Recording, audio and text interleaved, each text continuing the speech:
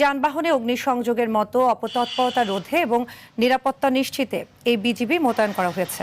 সকালে বিজিবির সদর দপ্তর থেকে পাঠানো বিজ্ঞপ্তিতে এ তথ্য জানানো হয়। এর মধ্যে রাজধানী সহ ঢাকায় 12 প্লাটুন ও আশেপাশের জেলায় 2 প্লাটুন সহ মোট 14 প্লাটুন বিজিবি মোতায়েন করা হয়েছে।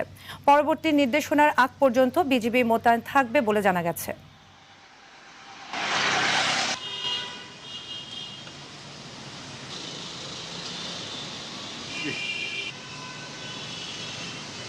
হয়েছে এবং এতে কিন্তু সম্ভাব্য নাশকতা ঠেকাতে সতর্ক অবস্থানে রয়েছে আইনশৃঙ্খলা রক্ষাকারী বাহিনী। রাজধানীর ঢাকা ও আশপাশের জেলাগুলোর সার্বিক আইনশৃঙ্খলা পরিস্থিতি স্বাভাবিক রাখতে বুধবার সকাল থেকে সীমান্তরক্ষী বাহিনী বিজিবি মোতায়েন রাখা হয়েছে।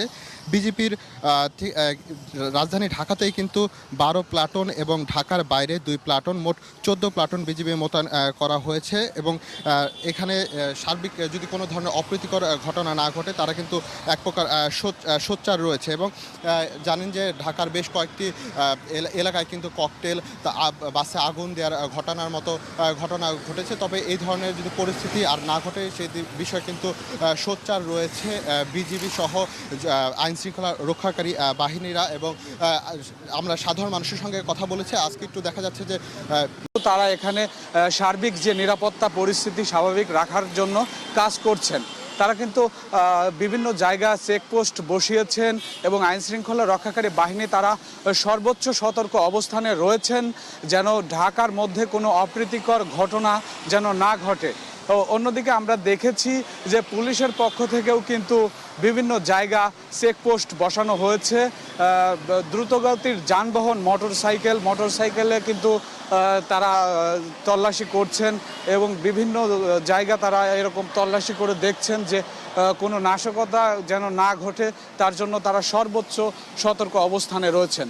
অন্যদিকে বিজিবির 12 প্লাটুন মোতায়েন করা হয়েছে শুধু রাজধানীতে কিন্তু বিজিবি সদস্যরা তারা সার্বিক নিরাপত্তা রক্ষার্থে কাজ করে যাচ্ছেন। সম্প্রতি আওয়ামী লীগের যে লকডাউন কর্মসূচি আগামীকাল ঘোষণা করেছেন তারা, এটার লক্ষ্যে কিন্তু আমরা দেখেছি যে গত কয়েকদিন ধরে কিন্তু ঢাকার বিভিন্ন জায়গা অপ্রীতিকর ঘটনা ঘটেছে, বিভিন্ন জায়গায় ককটেল বিস্ফোরণ হয়েছে, অগ্নিসংযোগের মতো ঘটনা ঘটেছে। এই সব কিছু মিলে কিন্তু আগামীকাল যে লকডাউন কর্মসূচি, এই কর্মসূচি ঘিরে যেন কোনো অপ্রীতিকর ঘটনা না ঘটে।